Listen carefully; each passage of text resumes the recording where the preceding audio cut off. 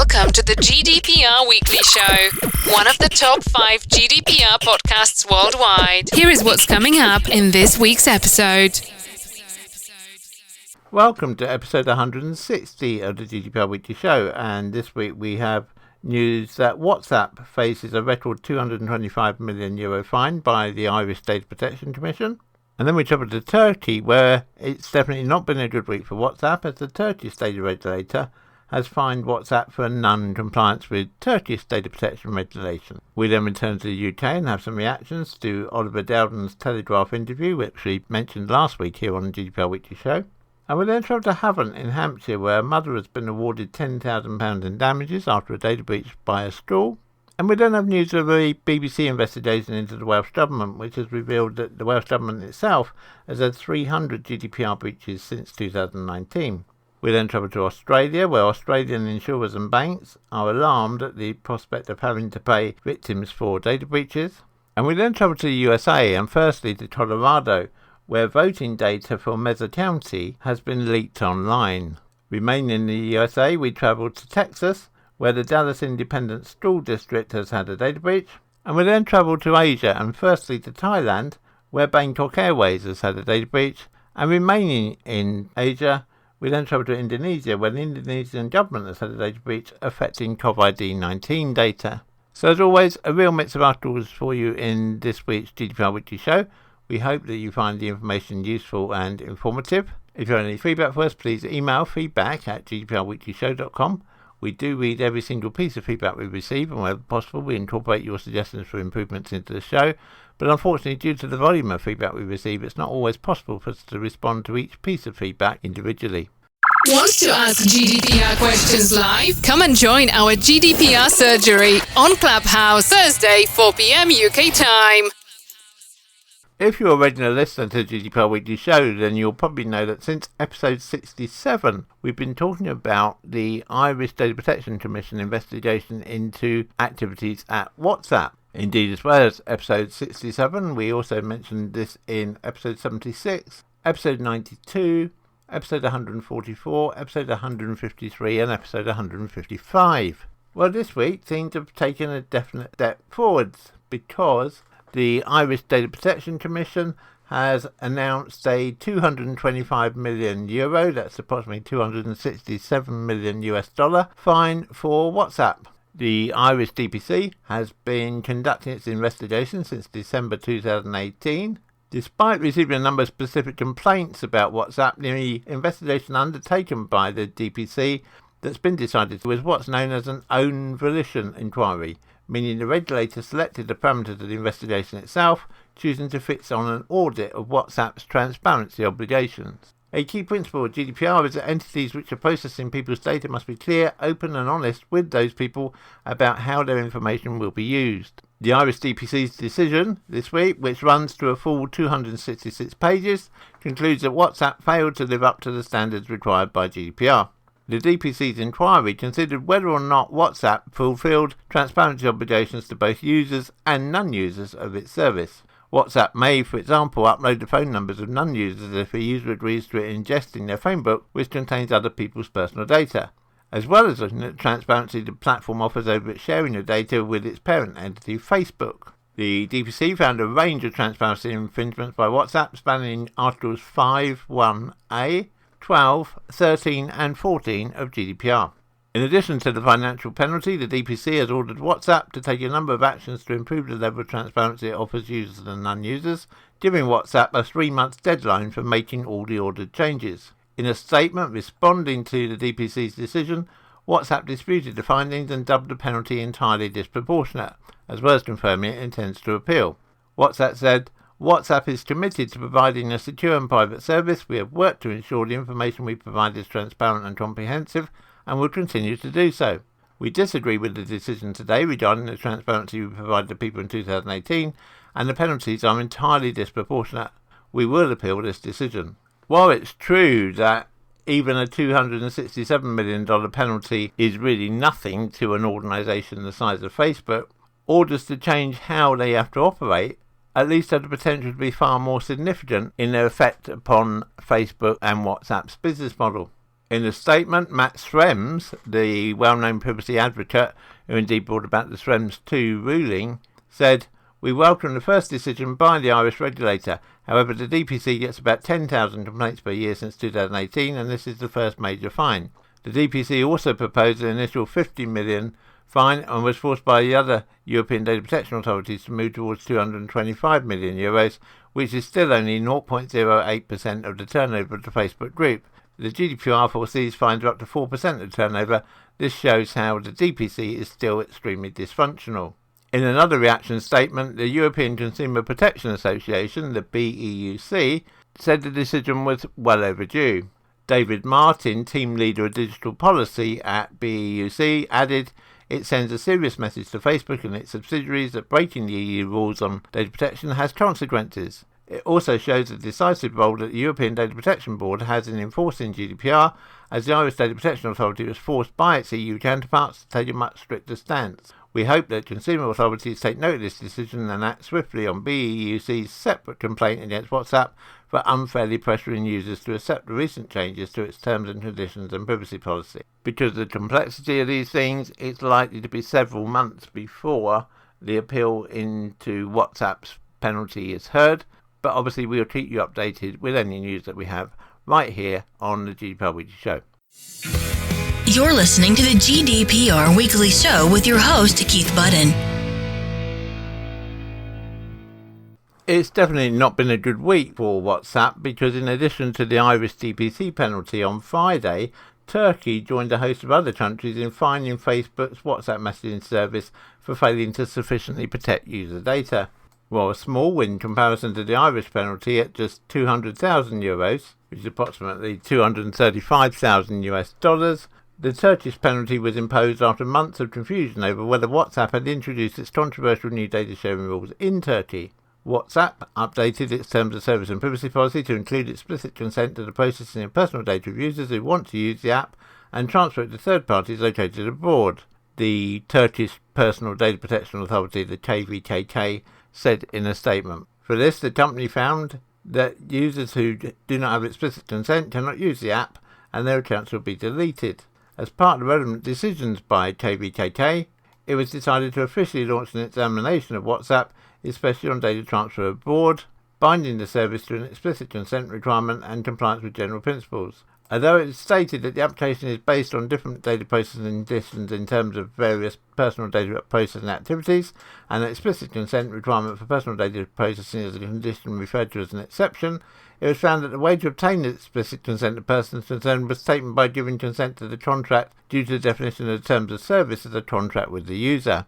The KVKK considered that a single explicit consent is obtained from users for the processing of their data and transfer to third parties residing abroad without providing an optional right, and the processing and transfer activities are presented to the data subject inseparably in a single text by making a provision regarding the transfer in the contract. The KVKK then ruled that the free will disclosure element had been damaged. It was stressed that the platform is acting contrary to the principles for processing for specific, clear and legitimate purposes, and being connected, limited and restrained to the purpose for which they were processed. All kinds of processing activities such as saving, storing, modifying, transferring personal data obtained by the data controller from the relevant persons in Turkey meant the transfer of personal data abroad unless the servers are located in Turkey, said KVKK. KVKK said that express consent had not been obtained from the relevant persons regarding the personal data processing activity to be carried out through cookies for profiling purposes, and the personal data processing activity carried out within this scope was also not in accordance with Turkish data processing law.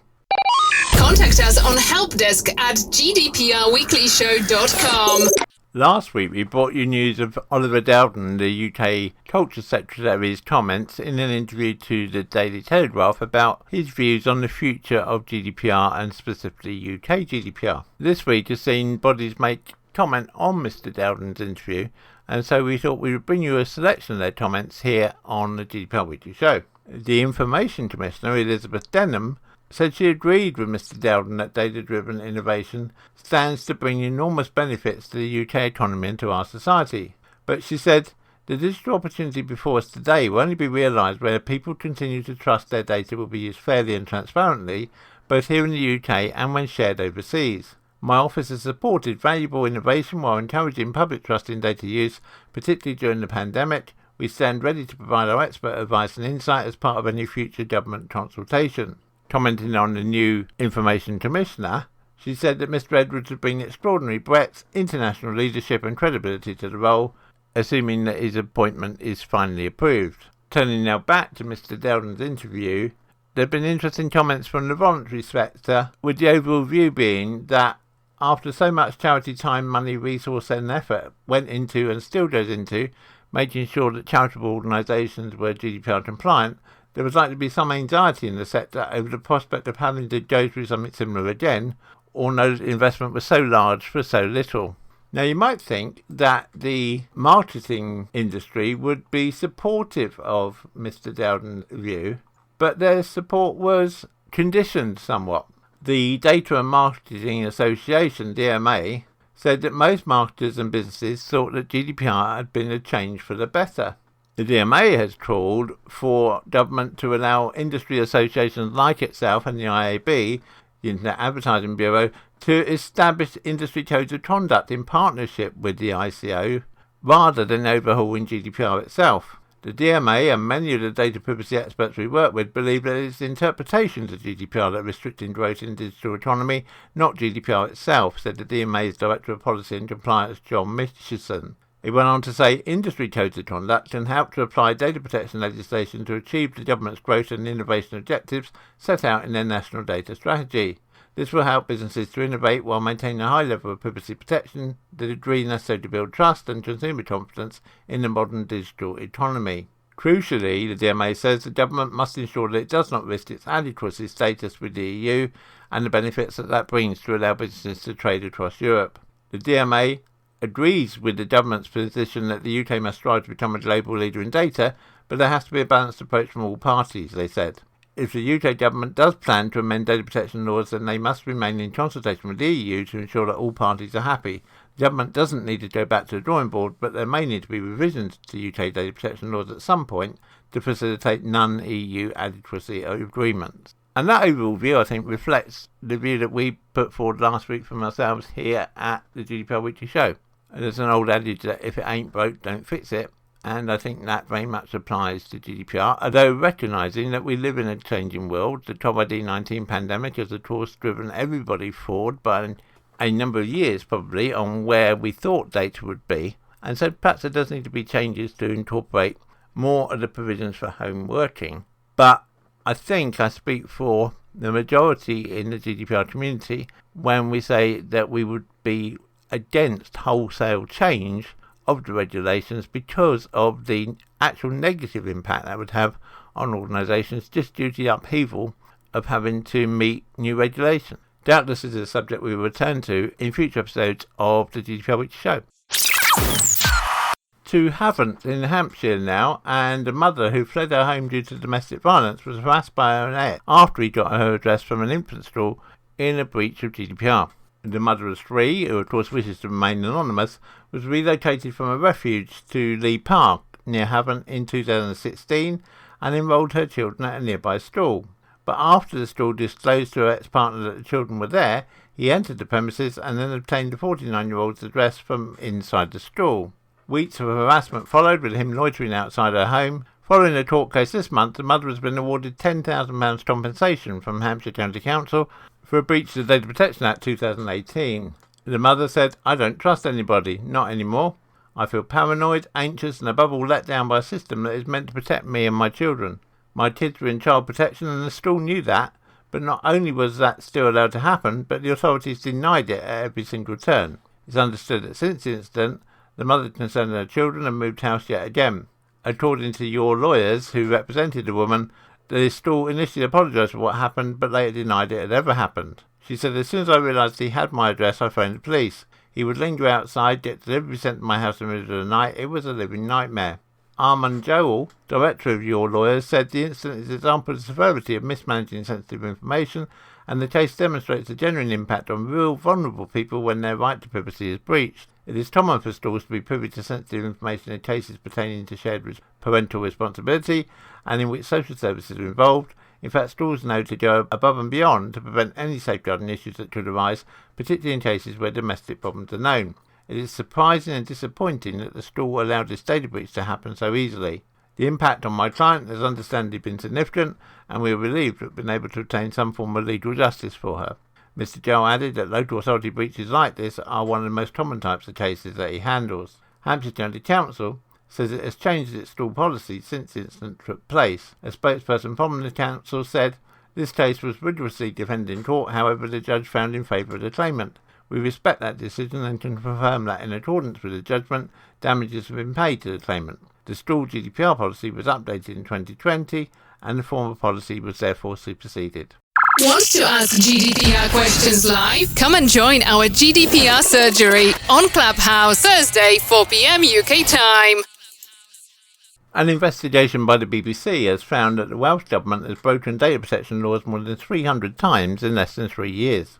Breaches since the start of 2019 involved documents which included criminal allegations and personal sensitive data. Some breaches were made from a secure government site, a Freedom of Information request found. The Information Commissioner's Office said people should expect personal data to be handled securely. The Welsh Government said it takes data protection obligations seriously and carries out an internal reporting process. It added, once each breach is reported, processes are reviewed and where necessary, remedial action is agreed with management.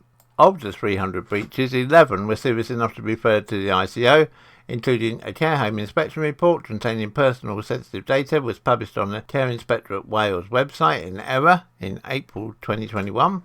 A subcontractor issued a form containing sensitive personal information of one individual to 26 individuals via email in March 2021. Also in March 2021, a Safeguarding Inquiries court report containing personal sensitive data was emailed in error to the wrong service users. In August and September 2019, personal sensitive data that also included criminal allegations was published on the Planning Inspectorate's Appeals Casework portal, and in August 2019, a prisoner was sent a court report relating to a different family as well as information that he should not have received. In 3 of these cases, the subject of the data was offered protection under the Fraud Prevention Service CFAS. CFAS then flags the subject's details in the National Fraud Database, allowing companies to see that the person is at risk of impersonation and take extra steps to ensure they're protected. As a result of the breaches, 33 Welsh Government staff members were referred to the Human Resources Department with disciplinary action or the underperformance procedure used with some, and informal action with others. In addition, about 60 staff have had to repeat their mandatory GDPR training. Test instructions, relevant policy documents and guidelines have all been reviewed and updated in response to the cases. Some staff were asked to turn off the email autofill facility in Outlook, which automatically fills in names and email addresses based on the characters you start to enter. The Welsh Government, which has about 5,500 full-time equivalent staff, added that all breaches were reported, recorded and acted upon no matter how small, with very few meeting criteria for reporting to the ICO, despite the level of personal data processing undertaken by the Welsh Government. The ICO said not all data breaches need to be reported to the ICO. The organisation must assess the seriousness of the incident and whether it poses any risk to the rights and freedoms of people. If they decide not to report it, they must be able to say why. People have the right to expect that organisations will handle their personal information securely. When that doesn't happen, they should contact the organisation first. If they're still not satisfied, they can come to the ICO. Now, of course, this echoes something which we've said a number of times here on the GDPR Weekly Show, which is not all data breaches are serious enough to report to the ICO, but what is important, and indeed crucial, is that as an organisation you have a data breach register, and you ensure that any data breaches are recorded in your data breach register. You're listening to the GDPR Weekly Show with your host, Keith Budden. To Australia now, and Australia's banks and insurance companies are concerned that a plan that would make it easier for individuals impacted by data breaches to sue or seek financial compensation. It's thought that premiums for cyber insurance and director liability products in Australia could rise if consumers were afforded clearer legal avenues to seek compensation for a data breach or cyber incident. The ability for consumers to seek remedies or compensation for cybersecurity incidents is currently limited in Australia, but that could change if a direct right to action is introduced. The Department for Home Affairs said in July that a right could be built into consumer or privacy laws and lead to standards being set for payouts to people impacted by a breach. Not surprisingly, perhaps this proposal has been met with alarm from insurance companies and banks, concerned at the precedent it would set and at potential for liability to discourage disclosure of incidents in the first place. The Insurance Council of Australia warned that insurance premiums would rise if data breach victims were given easier ways to sue attack companies that hold their data. The Council's CEO, Andrew Hall, said, "We urge the government to approach with caution any measures that would place upwards pressure on lines of insurance which have faced significant increases in claims costs and therefore premiums in recent years." The Insurance Council therefore strongly encourages the Department of Home Affairs to consider broader insurance implications of any cybersecurity changes to Australian regulations. Mr Hall said existing data breach disclosure obligations were satisfactory without raising the prospect of payouts. These already have the effect of enabling consumers to ask questions, request further information in relation to a cyber attack and seek reassurance on steps taken by an organisation, he said. The Australian Banking Association is equally concerned, saying the recourse proposals create complex questions that cross multiple legal or regulatory regimes. It raised concerns about the threshold for suing a company that is breached, as well as the extent to which operational incidents, system outages that aren't caused by a threat actor, could also become targets for compensation. If the threshold is negligence, regardless of precautionary measures and ongoing investment in system resilience, and the impact of cyber attacks will differ. As such, consider whether consumers should be required to establish a loss of their personal information or data, as well as financial loss linked to the loss of data, or whether the threshold for taking court action be evidence of a systemic failure to meet minimum cyber security standards and or a failure to protect personal information that results in serious harm. The Banking Association warned that linking liability to regulatory reports of cyber incidents could have a chilling effect on early and proactive engagement with regulators and impacted or potentially impacted data subjects. If we receive any update on this from the Australian Department of Home Affairs, we will of course bring it to you in a future episode of the GDPR Weekly Show. Contact us on helpdesk@gdprweeklyshow.com. To Colorado in the USA now, and it's nearly a month since sensitive data about voting equipment in Colorado's Mesa County was posted online by conspiracy theorists eager to cast doubt on the outcome of the 2020 election.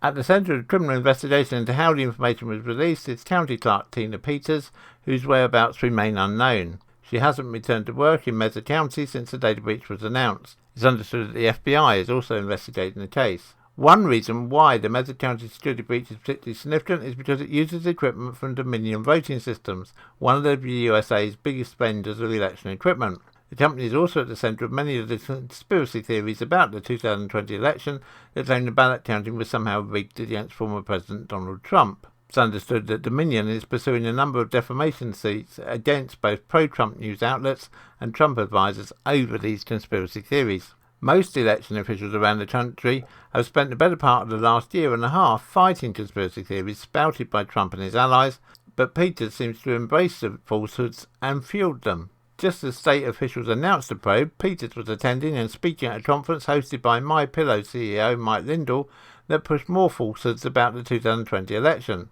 I've listened to people, I've looked at it objectively, and there's some discrepancies there that I cannot deny.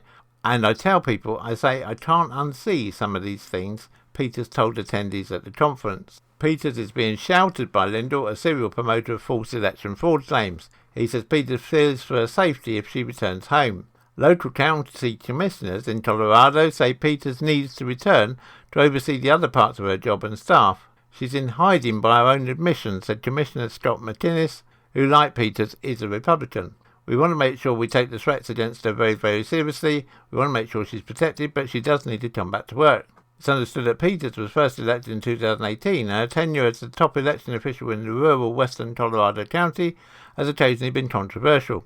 In February 2020, her office admitted to finding 574 uncounted ballots from the 2019 election, leading to a state probe and calls for her resignation. However, Peters is not the only problem at the clerk's office. On Thursday, her deputy, Belinda Nisley, was charged with second-degree burglary and a cybercrime over entering the building while she was suspended, pending an investigation into unprofessional and inappropriate conduct in the workplace. Earlier this week, Colorado Secretary of State Jana Creswell filed a lawsuit to prevent Peters from having any role in the county's upcoming autumn election. Mesa County is a conservative area where voters strongly backed Trump last year. While some residents say they want Peters voted out of office or recalled, she also has her backers. Recently, several hundred supporters gathered for a rally outside the clerk's office, chanting, "We love Tina." "I feel there was definitely election fraud and we need to get to the bottom of it," said Shelley Lucas, who attended the rally. Mesa County had to spend nearly $1 million to renew a contract with Dominion after the state banned the compromised machines from being used in the autumn. In particular, local prosecutors and the FBI have opened investigations into whether Peters gave an unauthorised person access to the voting machine software. However, as of yet, no criminal charges have been filed against her. If we get any update on this story from Mesa County in Colorado, we will of course bring it to you in a future episode of the GDPR Weekly Show. Remaining in the USA but travelling to Texas, the Dallas Independent School District has disclosed a data breach exposing sensitive personal data belonging to students and employees enrolled or employed since 2010. An unauthorised third-party accessed our network, downloaded data and temporarily stored it on an encrypted cloud storage site, Dallas Independent School District said in a data breach notice published on September the 2nd. Upon learning of the incident on August the 8th, Dallas Independent School District said it launched an investigation, implemented additional security measures and addressed specific vulnerabilities that were exploited during this event. It added, "We confirmed that the unauthorised third party removed the data from the encrypted cloud storage site and informed us that the data was not disseminated or sold to anyone." The public school district said that although no evidence of data misuse or fraud had surfaced so far, it could not be 100% certain until additional forensic analysis is completed. Dallas Independent School District operates 230 schools in north-central Texas that collectively teach 153,861 students. It's understood that impacted parties include students, parents and guardians, employees and contractors who have been enrolled or employed by the organisation since 2010.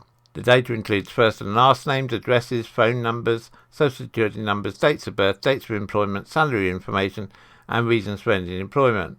Data pertaining to students is understood to contain first and last names, social security numbers, dates of birth, parent or guardian contact information, and grades. It's understood that custody status and or medical condition data may also have been involved for some students. The district said it's notifying affected individuals, giving them access to 12 months credit monitoring and ID theft recovery services, and posting a hotline number that will field questions from potentially affected individuals. Federal law enforcement authorities have also been notified, it said. In a statement, they said, "We take this matter very seriously and have invested significant resources to protect sensitive data.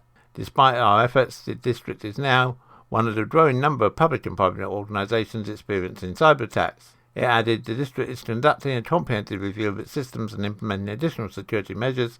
We are confident these changes will decrease the possibility of a future incident."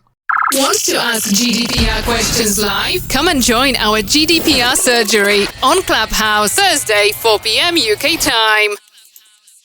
To Thailand now, and regional airline Bangkok Airways has acknowledged it fell victim to a cybersecurity attack which has robbed it of personally identifiable information of customers. In a statement, the airline admitted that threat actors had managed to steal sensitive information about its passengers, including their name, physical and electronic contact details, passport information, historical travel details, as well as partial credit card information. On the 23rd of August 2021, Bangkok Airways Public Company Limited discovered that the company had been a victim of a cybersecurity attack which resulted in unauthorised and unlawful access to its information system, the company said. The airline adds that when the incident came to light, the company took steps to contain the event and is currently not just investigating the breach but also trying to verify the compromised data and the affected passengers. The airline, however, hasn't specified how many customers' details have been exfiltrated, as that aspect appears to be under investigation. The Lockbit ransomware gang have claimed responsibility for the data breach and says it now has 103 gigabytes of compressed data from the airline in its possession. Originally, the group had threatened to release the data on August the 30th if its ransom demands weren't met. However, there are no reports of the data being disclosed publicly, which probably means that the two parties are negotiating. If we receive any update on this from Bangkok Airways, we will of course bring it to you in a future episode of the GDPR Weekly Show. And remaining in Asia, we finish this week in Indonesia, where the Indonesian government is investigating a potential leak of more than 1 million personal records stored in an old COVID-19 tracking application, the second data breach to hit the Indonesian government in 3 months. It's understood that the government suspects that its partner is the potential source of the leak from the electronic health alert card app that has been decommissioned since July the 2nd, according to an official at the Health Ministry. The app was mandatory for any traveller entering the country and for domestic flights. They were required to download the app and store data including contact details and their COVID-19 test results. Anna Smarov, the head of Data Centre and Information at the Ministry, said an investigation is being conducted as well as further examination into the leak. When there's any news on this, we will of course bring it to you in the next available episode of the GDPR Weekly Show. Contact us on helpdesk@gdprweeklyshow.com. The GDPR Weekly Show is an Insurity production. Until next time, bye-bye.